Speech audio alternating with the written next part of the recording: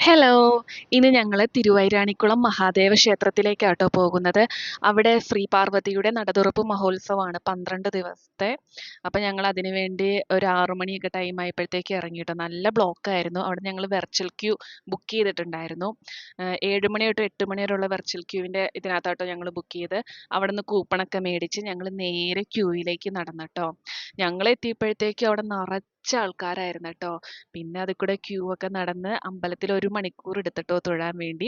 പിന്നെ ഞങ്ങൾ അവിടുന്ന് എല്ലായിടത്തും തൊഴുത് പുറത്തേക്ക് ഇറങ്ങി ട്ടോ. പുറത്തേക്ക് ഇറങ്ങി കഴിയുമ്പോഴത്തേക്ക് ഇഷ്ടംപോലെ കടക്കാരൊക്കെ ഉണ്ട് ട്ടോ. ഇതുപോലെ വിഗ്രഹത്തിൻ്റെ, പിന്നെ മയിൽപ്പീലികള്, പിന്നെ ഇതുപോലത്തെ മാലകൾ, ഇതൊക്കെ 50 രൂപയുടെ മാലകള്, കമ്മലുകള്, ഇഷ്ടംപോലെ ബുക്സിൻ്റെ ഒക്കെ അവൈലബിൾ ആട്ടോ. ഇഷ്ടംപോലെ ബുക്സും എല്ലാം അവൈലബിൾ ആട്ടോ അവിടെ. പിന്നെ ഞങ്ങൾ അവിടുന്ന് 2, 3 കമ്മലൊക്കെ എടുത്ത് കുറച്ച്